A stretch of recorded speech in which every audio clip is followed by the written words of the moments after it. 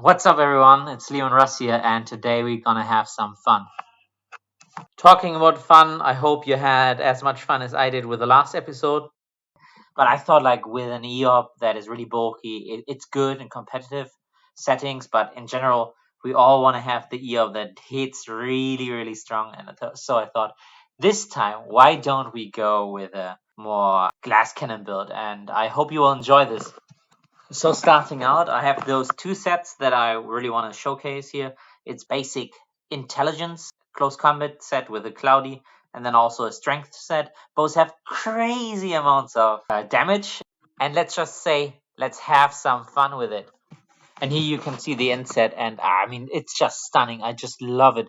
When you see those big numbers, I have just fallen in love. And you can see this will be around like 7,000 damage or something after a jump, which is quite good. And this would destroy someone. Let's see who we can destroy with it. Amazing. And here is the other set. This is a strength set with 12 APs, and oh boy, just seeing those numbers, it makes me so happy. I don't know if you also get this satisfaction of this set. So they are not as competitively viable in like random, because you need a supporting team. However, if you have the supporting team, this is the most satisfying thing to play with. Just love it.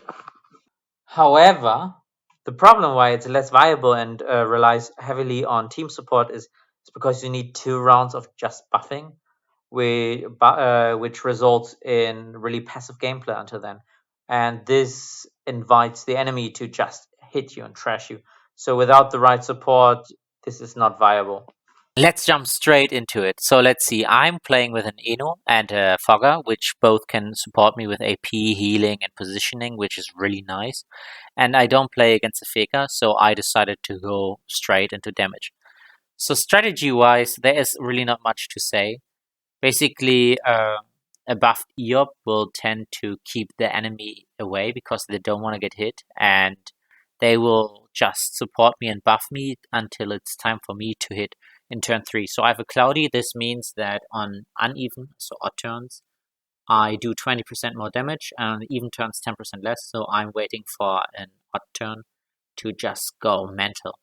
So with int, it's really nice. You can just get all buffs done in turn 1. You can do that with the strength one. The strength is a little bit more annoying to maintain the buffs, but it has more consistent damage output. So here you see me now boosting, and oh boy, it's getting there. So I mean, like, I thought I'm supported. I can just start hitting, getting rid of the bag, so I can just go to town next turn. I didn't expect them to hit that much, to be honest.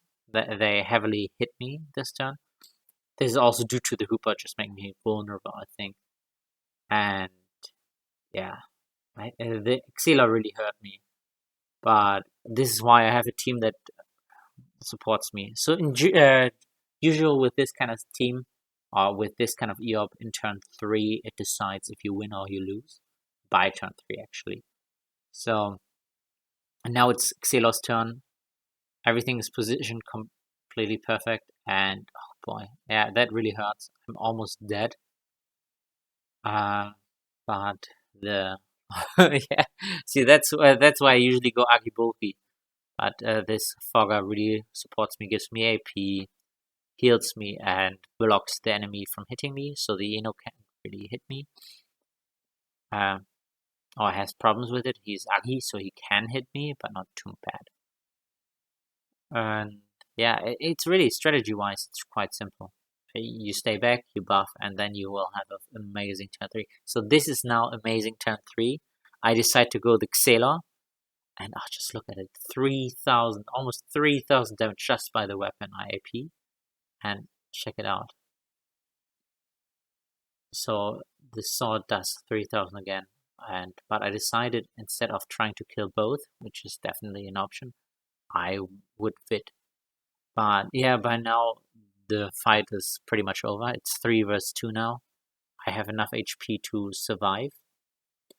And this was just amazing. Yeah, so the Ini can just heal me.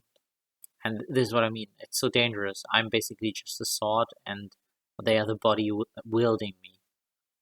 And yeah, it's pretty much done. I mean, like, this is now, yet again, it's just a struggle for survival. And yeah, so I still have 12. I have minus AP round, but I still have 12 AP. It's just crazy.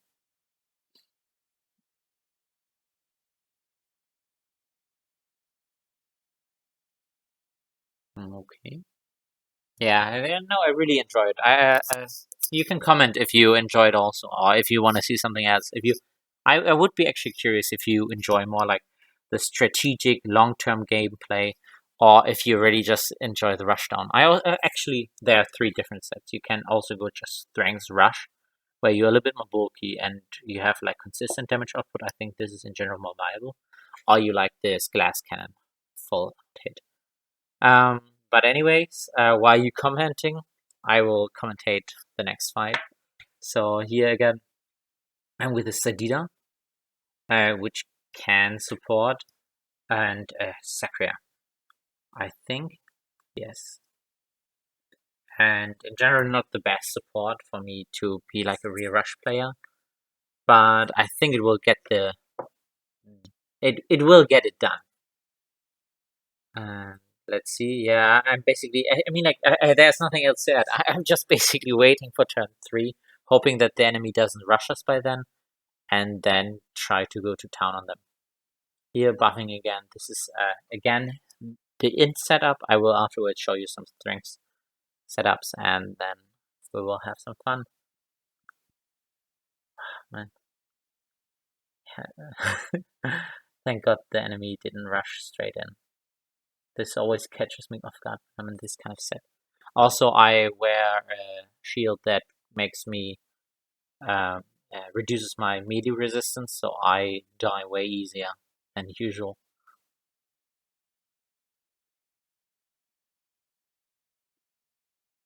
Yeah.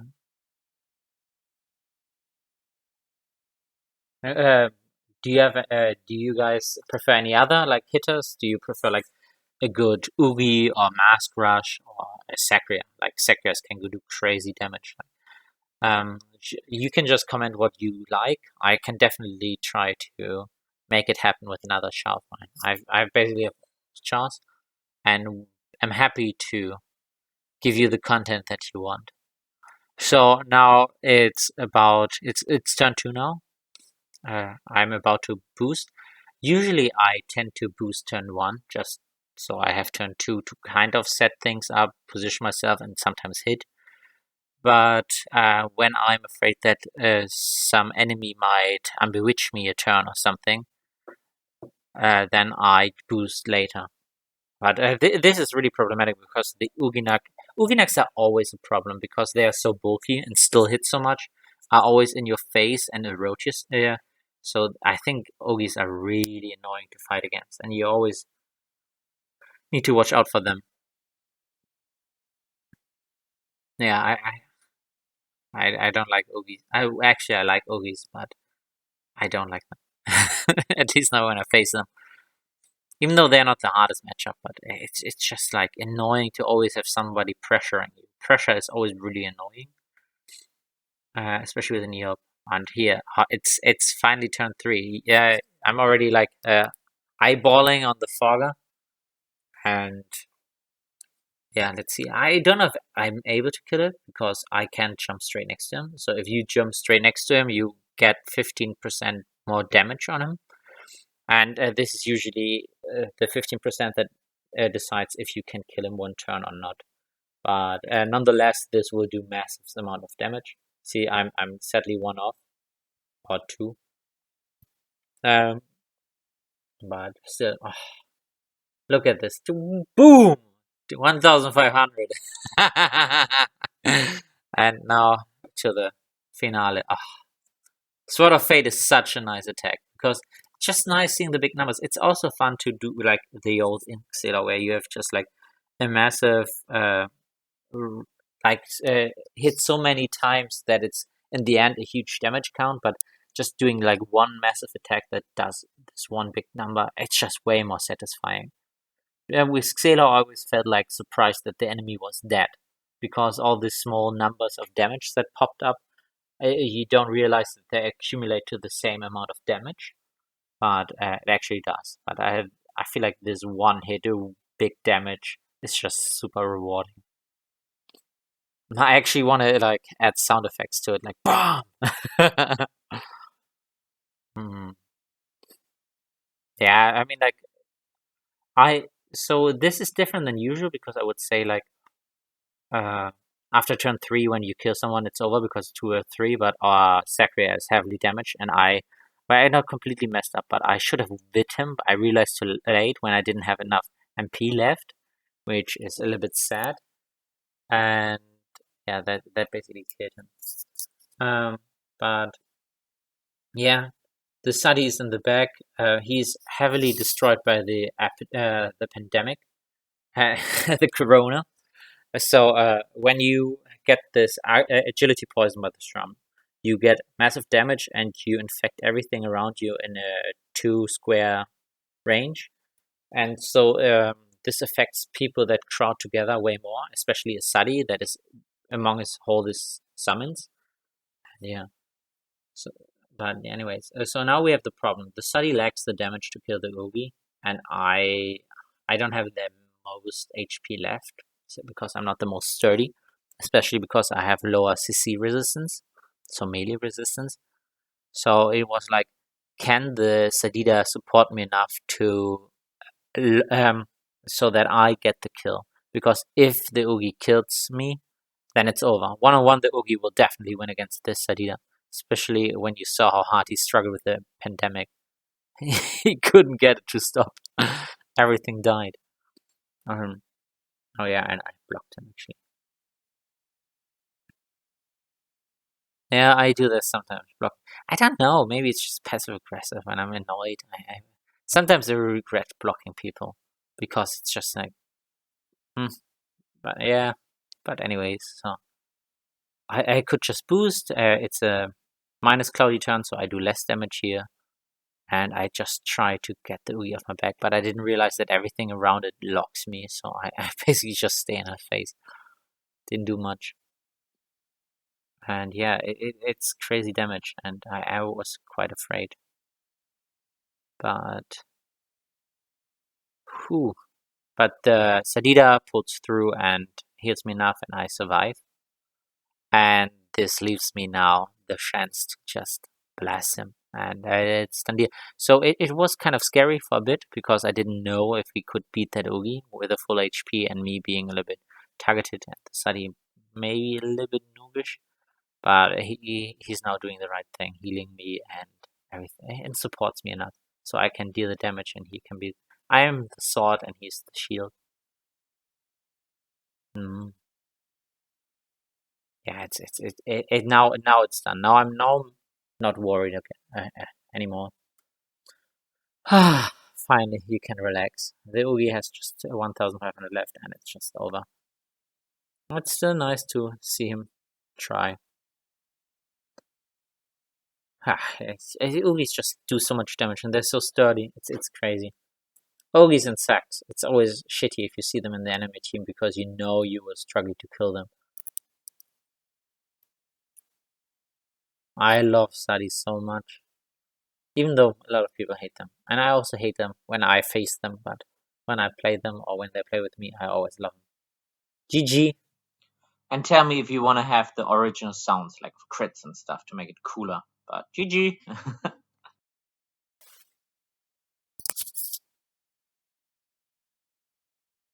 Yeah, and so after showing this beautiful insets, I now show you also the strength setup. So this is without Cloudy, so I could actually use this to like do consistent damage every turn, but I decide to go for the turn 3 sweep because this Ini knows me and also this Sack knows me and they played often with me and they're always really good to support me. So when I feel confident to get the right support, then I just enjoy going for the 3rd round kill. And oh boy, I mean, like, nothing changed really about the strategy. It's basically me buffing and trying to also buff my friends, so I'm not a complete waste of space. There's always the problem. I also hate this sometimes with a Sram. They can sometimes deal crazy amount of damage turn 3 and one turn someone. But if this comes on the cost of like having 2 versus 3 for 2 turns, I think often it's not worth it, especially on the higher ladder when people are really good at preventing the turn 3 sweep. So in usual, it's always better to have like 3 synergizing players together than just 2 and 1 buffs up for it. But doesn't matter because we want to see that damage. So here the Secria just rushes in. And actually, for the next 3, so it's a little bit shorter, I just show you quickly how everything leads up. And after turn 3, after the kills, if I manage to, we don't know yet, I cut it off because then the most important bit is done. It showed the strategy and everything afterwards is just like cleaning up. It's boring. It's maintenance. It's not too exciting. But about talking about exciting, it's already turn 2, so just one more turn and then it's getting done. So here actually I decided to go after the Iops because the Iops just position shitty, and yeah, I mean, so why not? I mean, like doing a little bit. I'm buffed, doing some nice damage, and then maybe I can pick off a second one the next turn. But I didn't think that this Oogie can heal that much. It's crazy. So it's actually my teammates lost faith in me. They thought I couldn't possibly one turn something, and I should actually focus the healer. But they didn't know what I knew.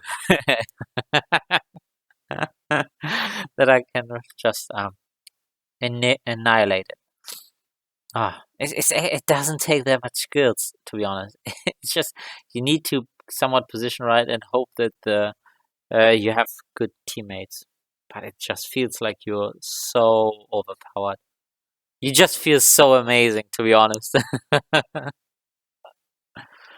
And yes, so it's turn 3. The Iops does decent amount of damage to me and also eroded me. So I'm just at 2,000. So I'm barely hanging and like, and then they tell me to go for the Oogie, and they even pointed, but gosh, look at the damage. Woo. It's just really nice to surprise when your teammates say like, "What the fuck?" I guess it's all right then. It's the best feeling in the world. Anyways, that's what was it. I just annihilated this Iops. There's nothing they can still heal. I mean, like he's dead. And this is, I mean, like this is why you play a rush. I mean, like a glass cannon Iops. It's just like really wonderful. Oh, but anyways, there are 2 more fights I want to show you, and yeah, then we're done. So here, jumping straight in, was feeling more in a rushy mood. So this is not a turn 3 like usual, but a turn 2. I don't wear a cloudy, so it really doesn't matter if I go into turn 2 or turn 3. So all good. I think I asked the Eka to smell me because I smell so good. You want to smell that Iops? And I kind of rushed in. I really did. I wasn't really afraid of the damage of the sack or mask at the point. Also, they were far off. I was a little bit afraid of the AU, but I thought like, nah. I got an figure with me, so I should be fine. But the often areas also just boost turn 1, but he goes straight to damage. Ah, man, what a. But yeah, they try to hit him. It doesn't really matter. It does, but they do cast an Aegis, which can be really nice. I do not know how to pronounce it, but I had my target locked in. I really wanted to kill that Elio, but it's always really tough sometimes because I'm a crit strength Iops, so I just hit really amazing when I crit, but I don't have 100% crit rate. It's around like 85% with the daggers. I think it's 83 or so. So you can never be certain that you actually will crit, and sometimes you feel so noob after all the buffing and you put in just like really weak hits. But let's see if I will have weak hits here. Oh, he's pointing because he wants me to hit through it, but no, I had a bad idea. Oh, you gotta see those numbers. When the damage number is 4 numbers, it's just 4 digits. I want to see those 4 digit numbers. Give me those four. And basically, that's it. I mean, like, and now it's 2 or 3. I'm not too damaged, and I have a faker that will help me, make me range immune. So it's mostly done deal. You never know. I mean, because a sack can be quite problematic. But he is the last one. He is the enemy of the first fight again. So I played. It's random colo, so it's just a chance. But we always played along. And he's also from my server, Echo. So he's a nice lad. He doesn't have an ivory or anything, but and also he just enjoys hitting way too much for an any. But in general, he plays quite well. So I do not mind. I wasn't buffed, just to say I didn't have power, anything, but I decided to just jump in and to go for the damage and oh man, you gotta love it. And not even buffed and just well, obviously the any buffed me, but my buffs were missing, and I mean that's it. It's done again. I mean it's so much fun when it works, but usually the more reliable option is the Agi version. I really hope you enjoyed those fights. There's not much more to to add. We just crushed him. Ooh, nice. So I also have a Crocobore, which can deal or dish out decent amount of damage. Sometimes a little bit problematic with the range resistance that you lose from the Crocobore. You gotta appreciate that damage. Sweet honey. So, anyways, I hope you enjoyed this glass cutting one. And as an end screen, I thought I would show you something cool. And subscribe, comment if you want to say anything. And like a great mind once said, peace out.